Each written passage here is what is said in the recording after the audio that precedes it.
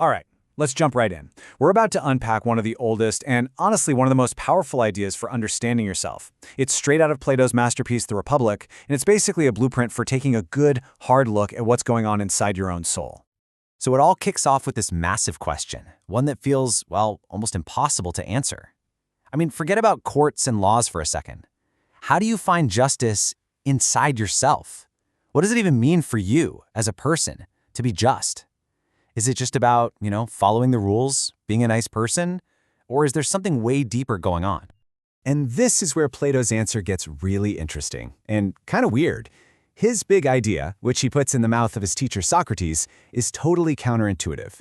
He basically says, look, if you want to understand something small and complicated and invisible, like a human soul, you don't stare harder at the soul. No. First, you've got to find a giant, visible version of it. And for Plato, that giant version is a city. It's like this. Imagine trying to read some really tiny fine print. It's tough, right?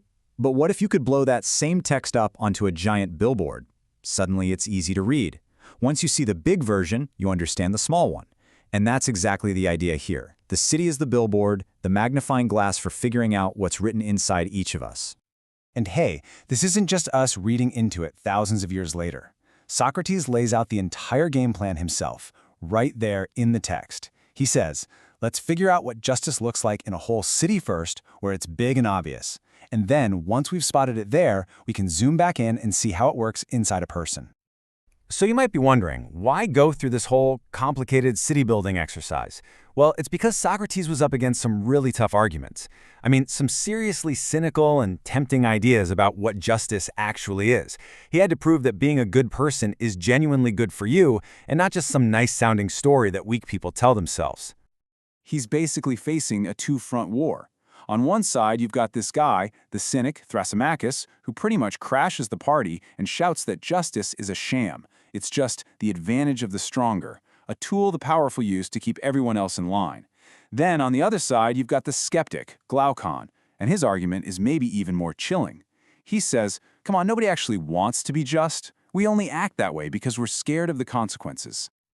And Glaucon doesn't just leave it there. He pushes this idea to its absolute breaking point with one of the most famous thought experiments in all of philosophy. He basically asks, what if you could get away with anything? He tells this legend, the story of the ring of Gyges. So there's this shepherd, right? He finds a magic ring that can make him invisible. And what's the first thing he does? He doesn't go help people. Nope. He sneaks into the palace, seduces the queen, murders the king, and takes over the whole kingdom. And Glaucon's point here is just brutal. He says give that ring to a so-called just man and an unjust man, and I guarantee they'll both end up on the exact same path. For him, justice is just a cage, and we'd all break out if we found the key.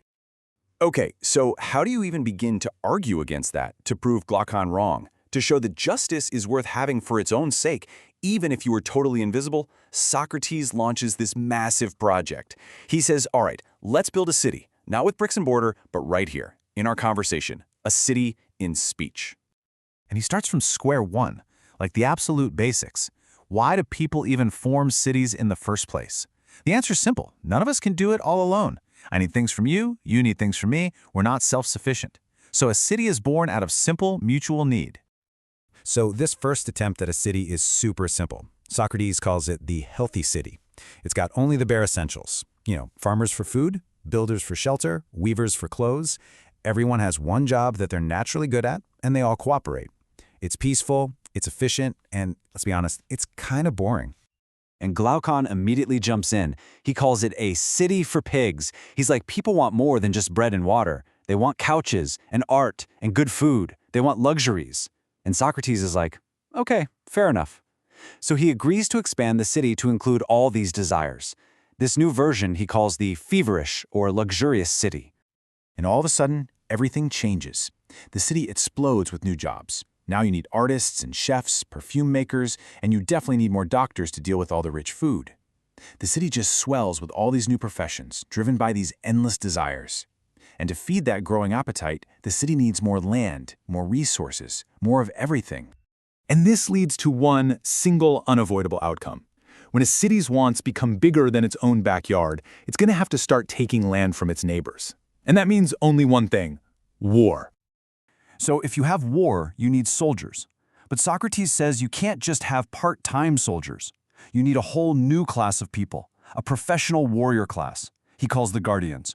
Their entire job, their whole life, is about protecting the city. This is a huge shift. For the first time, we have a group of people who don't make stuff. Their job is to protect stuff. All right, let's take stock. Our city has gone from a simple village to a complex, luxurious state. It has producers making things, and now it has guardians protecting things. And, of course, someone's got to be in charge of it all. But what does any of this have to do with you and your soul? Well, this is the moment. This is where the whole thing clicks into place. Here it is, the big reveal. Plato says this three-part city we just built, it's a perfect map of our own three-part soul. Think about it. The producers, the farmers, the artisans, that's the appetitive part of you. Your desires for food, money, pleasure, all that stuff. He calls it eros. Then you have the guardians, the soldiers. That's your spirit, or thymos. It's your sense of honor, your anger, your ambition, your drive to compete. And finally, at the very top, you have the rulers. And that is your reason, your logos, the part of you that can think, calculate, and figure out what's true and what's best. And just like every class in the city has its job, each part of your soul has its own unique role, its own virtue. Reason's job is to be wise, to steer the whole ship. Spirit's job is to be courageous, to be the brave ally of reason. And the appetite's job?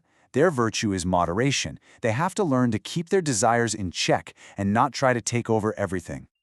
So, after this whole long journey, after building an entire city just in our conversation, we can finally answer that first big question. What on earth is justice? And the answer is, it's not something you do out in the world. It's not about following a specific rule. Justice is an internal state. It's harmony inside your soul. It's that beautiful moment when your reason is in the driver's seat, your spirit is riding shotgun as its loyal and courageous protector, and your appetites are happily in the back seat, not trying to grab the steering wheel. And that idea changes everything. See, an unjust person isn't just someone who breaks the law. An unjust person is someone whose soul is literally at war with itself. It's a civil war inside your own head, where your desires are running the show, your anger is out of control, and your reason has been completely overthrown. And that's the real answer to the Ring of Gyges.